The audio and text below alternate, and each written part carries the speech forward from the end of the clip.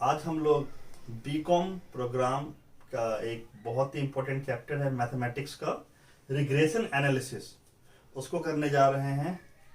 Regression analysis वैसे तो बच्चों को बहुत टफ लगता है, लेकिन मैं आपको आज ये एश्योर कर रहा हूं कि आज की क्लास के बाद आपको ये बिल्कुल भी टफ नहीं लगने जा रहा।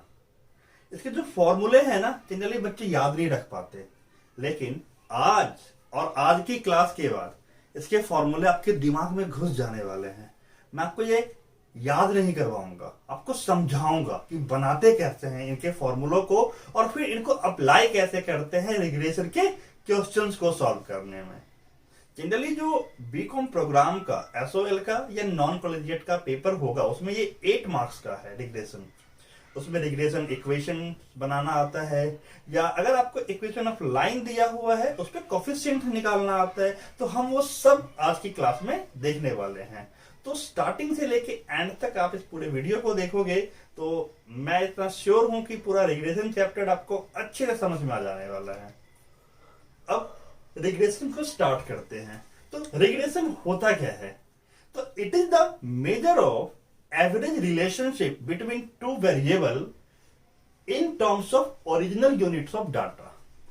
देखो, जब हमारे पास दो वेरिएबल्स है, उन दोनों वेरिएबल्स में से कोई एक वेरिएबल अगर गिवन है और दूसरे को निकालना है तो हम वहां पे रिग्रेशन यूज करते हैं। अब आपके मन में ये सवाल आ रहा होगा कि जब दो वेरिएबल्स हैं वो कहीं ना कहीं रिलेटेड हैं, तो ये कुछ कुछ जैसे कि कोरिलेशन होता है वैसा नहीं हो गया? तो ये कोरिलेशन से ही रिलेटेड है, उसके जैसा ही है। फर्क क्या है कोरिलेशन में और रिग्रेशन में? कि कोरिलेशन में हम दोनों वेरिएबल्स कितने हद तक रिलेटेड हैं, मतलब उनके बीच डिग्री ऑफ रिलेशनशिप क्या है वो पता करते थे। मान लो एक वेरिएबल x है और एक वेरिएबल y है, तो x और y 50% आपस में रिलेट कर रहा है, 60% कर रहा है, 70% कर रहा है या 100% कर रहा है, वो हम निकालते थे कोरिलेशन में। आपको याद होगा कोरिलेशन में जो कोफिशिएंट ऑफ कोरिलेशन जो r होता है उसकी वैल्यू -1 से +1 के बीच ही रहता है। इसका मतलब कि वहां पर जो दो वेरिएबल्स हैं उन दोनों वेरिएबल्स में हम क्या चेक करते हैं कि भाई जो दो वेरिएबल्स हैं वो कितना रिलेटेड है, 50%, 60%, 70%, 100%।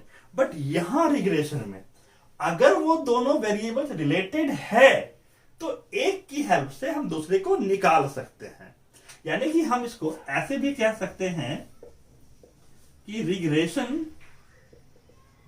Equation is a mathematical tool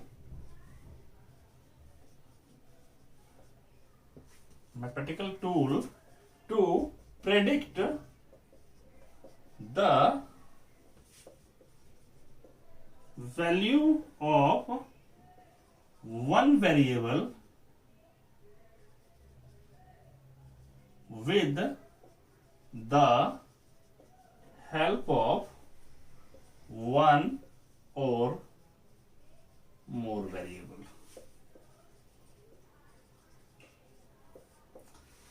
कहीं ना कहीं थोड़ा डाउट अभी भी आपके मन में होगा, तो अभी हम ना एक एग्जाम्पल लेते हैं और उस एग्जाम्पल से आई एम श्योर आपका ये डाउट क्लियर हो जाने वाला है। तो रिग्रेशन को समझने के लिए मैंने बोर्ड पर यहां एक एग्जाम्पल दिया है। इस एग्जाम्पल के थ्रू आप रिग्रेशन को काफी अच्छे से समझ जाओगे और रिग्रेशन इक्वेशन कैसे बनाते हैं मैं आपको वो भी समझा दूंगा। उसके बाद आपको रिग्रेशन इक्वेशन का फॉर्मूला याद रखने की जरूरत नहीं पड़ेगी। हमारे पास एक कंपनी का डाटा दिया हुआ है कि उस कंपनी ने लास्ट कुछ ईयर्स में कितना एडवर्टाइजमेंट पे खर्च करा है और कितना उसके अकॉर्डिंग उसका रेवेन्यू आया है। मान लो कि लास्ट एक साल में उसका जो एक्सपेंस हुआ था एडवर्टाइजमेंट पे वो 50 लाख था और उसका रेवेन्यू 150 लाख है। उसके पिछले साल उसका जो एक्सपेंस था वो 70 लाख था और रेवेन्यू 190 लाख था। फिर थर्ड ईयर में उसका एक्सपेंस 80 लाख था और रेवेन्यू 210 लाख था। तो अगर आपसे अब इस डाटा के बेस पे ये पूछा जाए कि अगर चौथे साल में लास्ट 4th ईयर में अगर उसका एक्सपेंस 100 लाख है तो रेवेन्यू कितना होगा? या कितना उसने एक्सपेंस करा होगा एडवर्टाइजमेंट पे कि उसका रेवेन्यू 300 लाख आ जाए। आप देख रहे हो यहां पर जो ये दो चीजें हैं हमारे पास, दो कॉलम से, एक एक्सपेंस ऑन एडवर्टाइजमेंट है, मैं उसको एक्स मान ले रहा हूं, और एक जो रेवेन्यू है मैं उसको वाई मान ले रहा हूं। अब क्या हो रहा है, अब इस केस में देखो आपको एक्स गिवन है और वाई क्या करना है, हमें फाइंड करना है। और फिफ्थ ईयर में देख रहे हैं हमें वाई गिवन है और एक्स फाइंड करना है। यानी कि रिग्रेशन में जो हमारे पास दो वेरिएबल्स हैं, उन दोनों वेरिएबल्स में से किसी भी एक वेरिएबल के बेस पे हमें दूसरा वेरिएबल निकालना होता है। जो वेरिएबल हमें गिवन होता है, जैसे कि इस केस में ये एडवर्टाइजमेंट गिवन है और रेवेन्यू निकालना है, या सेकंड केस में देखो रेवेन्यू गिवन है और एडवर्टाइजमेंट निकालना है। तो मैं दोनों केस को साथ साथ समझा रहा हूं। जो वेरिएबल हमारा गिवन होता है उसको हम लोग बोलते हैं इंडिपेंडेंट वेरिएबल। इंडिपेंडेंट, ये गिवन है, इसको है ना, ये इंडिपेंडेंट है, इस पर फैक्टर इफेक्ट नहीं करेगा। और चूंकि इस वेरिएबल पे ही ये जो दूसरा वेरिएबल है डिपेंड कर रहा है, तो ये हमारा कहलाएगा डिपेंडेंट वेरिएबल। यहां पर मैं इस केस के लिए क्या बोलूंगा, यहां पर है कि रेवेन्यू डिपेंड्स ऑन एडवर्टाइजमेंट। ठीक है, अब रेवेन्यू को हमने यहां क्या माना हुआ है, वाई, तो वाई डिपेंड्स ऑन एक्स। अब वाई डिपेंड्स ऑन एक्स बहुत लॉन्ग है, जैसे कि मैकडोनाल्ड्स, हम उसको शॉर्ट में क्या बोलते हैं, मैकडी। वाई डिपेंड्स ऑन एक्स को हम शॉर्ट में क्या बोलेंगे, वाई ऑन एक्स। अच्छा, वाई ऑन एक्स अगर कहीं लिखा हुआ है, what does it mean, it means यहां पर y क्या है, डिपेंडेंट वेरिएबल है, और x क्या है, इंडिपेंडेंट है। इसका मतलब यहां पर क्या है, y is dependent variable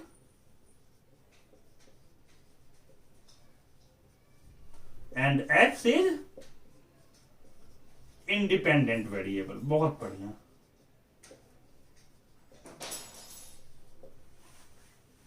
similarly अगर मैं इस केस को स्ट्रिक्टली फॉलो करूं, इस केस को हम लोग क्या बोलेंगे, यहां पर कि जो एडवर्टाइजमेंट है, advertisement depends on revenue.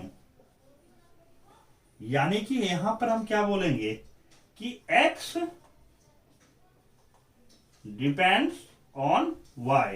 Short में इसको क्या बोलेंगे, x ऑन y। यानी इस केस में जो हमारा x है वो क्या है, डिपेंडेंट वेरिएबल है, और y क्या है,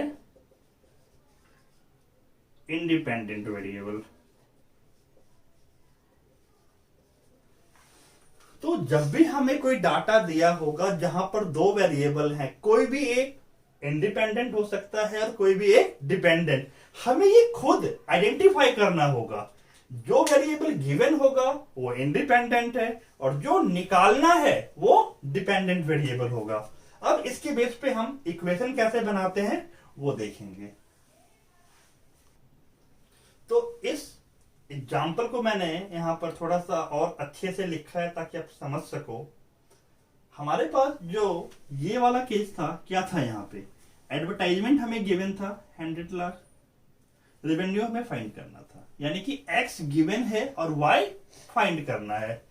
x गिवन है और y फाइंड करना है, इसका मतलब है कि y यहां पर जो कि नहीं पता हमें, वो x पे डिपेंड कर रहा है। y डिपेंड्स ऑन x, जिसको हमने शॉर्ट में क्या लिखा है, y ऑन x।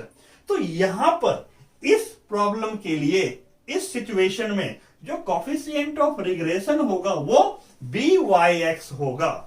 और जो दूसरा वाला केस है हमारा, देखो यहां पे अभी क्या है, एडवर्टाइजमेंट हमें फाइंड करना है और रेवेन्यू गिवन है।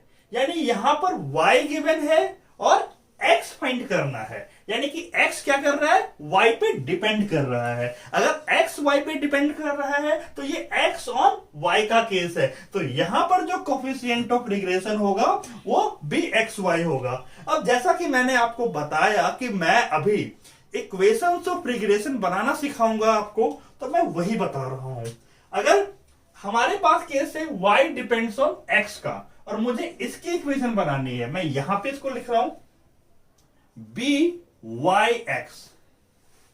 अब मुझे इस केस के लिए जब y x पे डिपेंड कर रहा है, देखो जब क्वेश्चन में गिवन होगा, आपको दो वेरिएबल है, एक को x मान लोगे, एक को y मान लोगे, आपको पता है ना कि क्या गिवन है और क्या फाइंड करना है, ठीक है। तो अगर हमें y फाइंड करना है, x गिवन है, y ऑन x का केस है, तो हमने क्या लिखा है byx।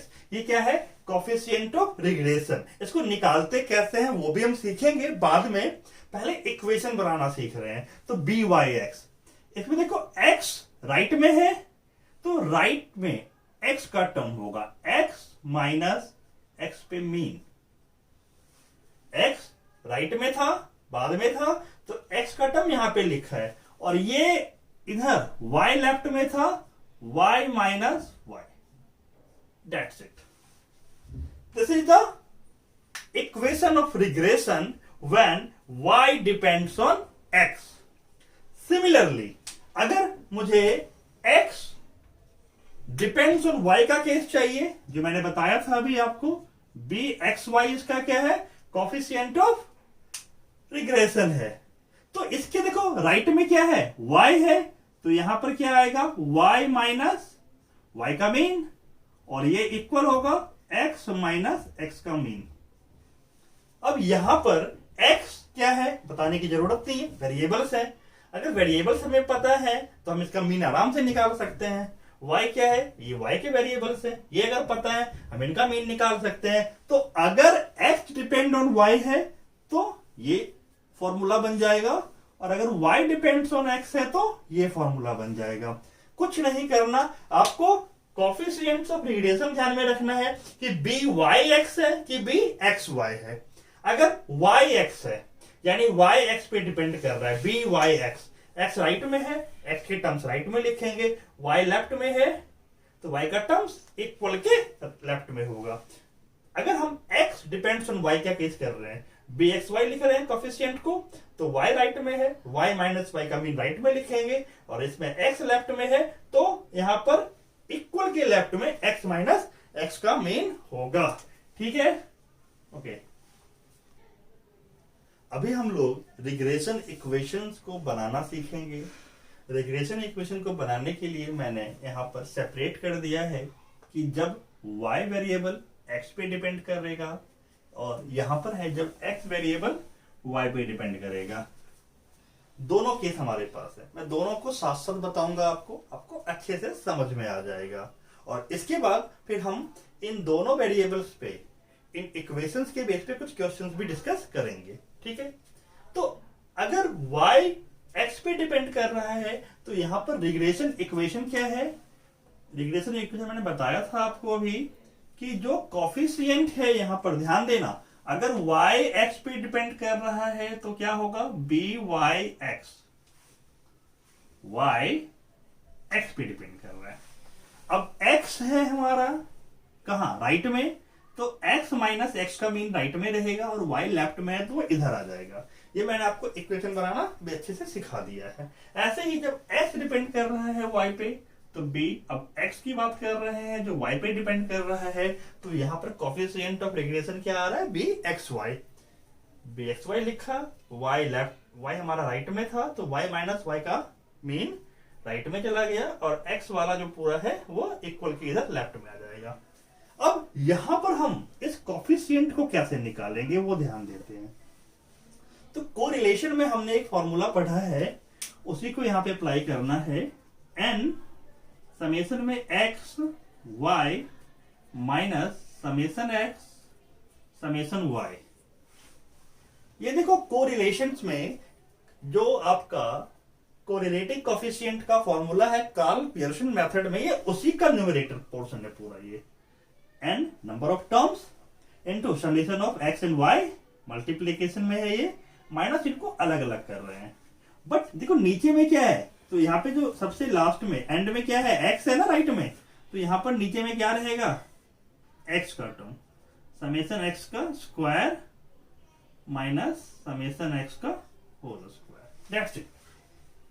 तो इस फॉर्मूले के बेस पे हम इसको भी बना सकते हैं। कैसे बनाएंगे, बी एक्स वाई है, देखो जो ऊपर का है वो सेम रहेगा, एन समेशन में एक्स वाई माइनस समेशन में एक्स समेशन में वाई, और नीचे डिनोमिनेटर में तो जो यहाँ पे राइट में क्या है, y है ना, तो n summation of y square minus summation y का होल स्क्वायर। अब इन दोनों फॉर्मूलों को देखो तो आप क्या समझ रहे हो कि कोई भी रिग्रेशन कोफिशिएंट निकालना हो, चाहे y ऑन x का निकाले या x ऑन y का, जो न्यूमरेटर है हमारा वो हमेशा सेम है, और डिनोमिनेटर को बनाने के लिए क्या करना पड़ रहा है, खाली हमें रिग्रेशन कोफिशिएंट का लास्ट वेरिएबल देखना है। अगर x है तो नीचे x का टर्म आएगा, अगर y है तो y का टर्म आएगा। तो ये हमारा एक फॉर्मूला है। अगर हमें पूरी सीरीज गिवन होती है तो हम इस फॉर्मूले को अप्लाई करके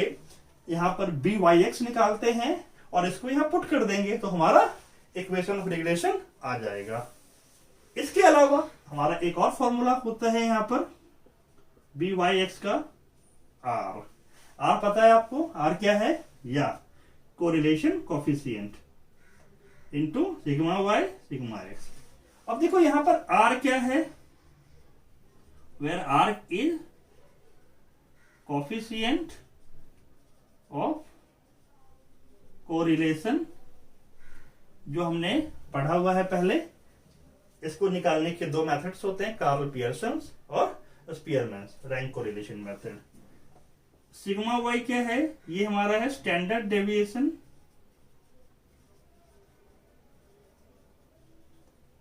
ऑफ वाई, और सिग्मा एक्स क्या होगा,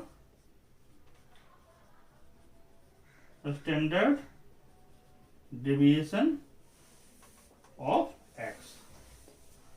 तो अगर हमें किसी क्वेश्चन में कोरिलेशन कोफिशिएंट दिया हुआ हो, स्टैंडर्ड डेविएशन दिया हुआ हो दोनों सीरीज का, तो हम इस फॉर्मूले को अप्लाई करते हैं, काफी कम समय में ये हम क्वेश्चन को सॉल्व कर सकते हैं। इसका एक और फॉर्मूला होता है वैसे, और ये फॉर्मूला होता है समेशन एक्स वाई अपॉन में समेशन ऑफ एक्स स्क्वायर। अब देखो यहां पर ये x क्या है, x, ये x माइनस v, और y क्या है, y माइनस v।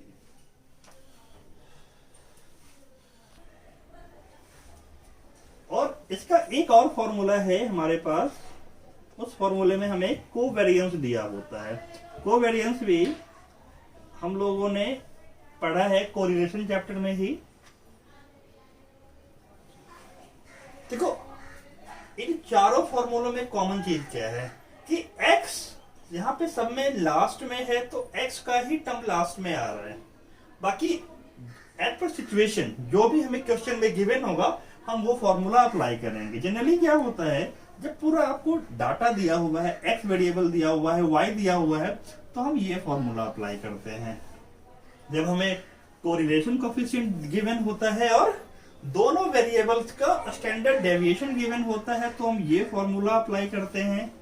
जब हमें वेरिएबल्स गिवन है तो हम इस फॉर्मूले की जगह इस फॉर्मूले से भी सॉल्व कर सकते हैं, जहां पर ये जो स्मॉल x और y है ना, स्मॉल x क्या है, वेरिएबल में से उनके मीन्स को कोरस्पॉन्डिंगली माइनस करते जाओ, निकलता चला जाएगा। और अगर कोवेरिएंस गिवन है तो हमारा ये फॉर्मूला होता है। और देखो ऐसे ही हम यहां भी इसके चार फॉर्मूले बना सकते हैं। बी एक्स वाई का जो हमारा दूसरा फॉर्मूला होगा, सब कुछ सेम।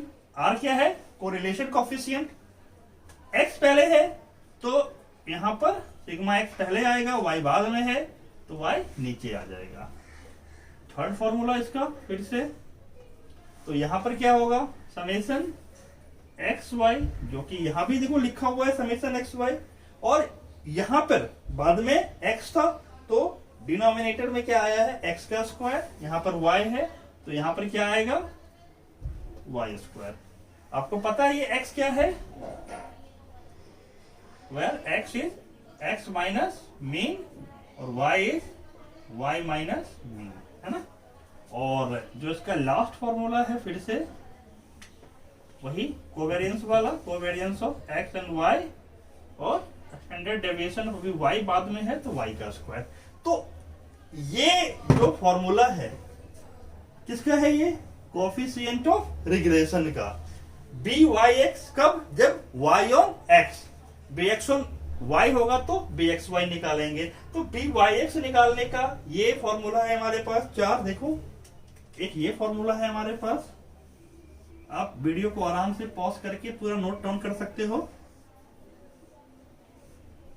अलग अलग सिचुएशंस में हम अलग अलग फॉर्मूलों को यूज करते हैं। हम इन सब फॉर्मूलों पे एक एक क्वेश्चन जरूर करेंगे और मैं उसकी अलग से वीडियो बनाऊंगा, आप लोग देखना उस वीडियो को भी।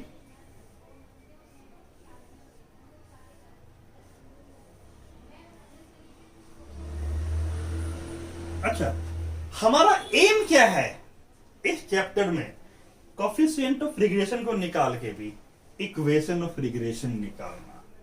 इक्वेशन ऑफ रिग्रेशन को निकालने के लिए ये एक पहला स्टेज है। देखो इक्वेशन हमने पहले लिख लिया था, बट प्रॉब्लम में हमें पहले निकालना क्या पड़ेगा, कोफिशिएंट ऑफ रिग्रेशन। जब कोफिशिएंट ऑफ रिग्रेशन निकलेगा उसके बाद ही हम इक्वेशन ऑफ रिग्रेशन निकाल सकते हैं, चाहे वो y ऑन x का हो या x ऑन y का।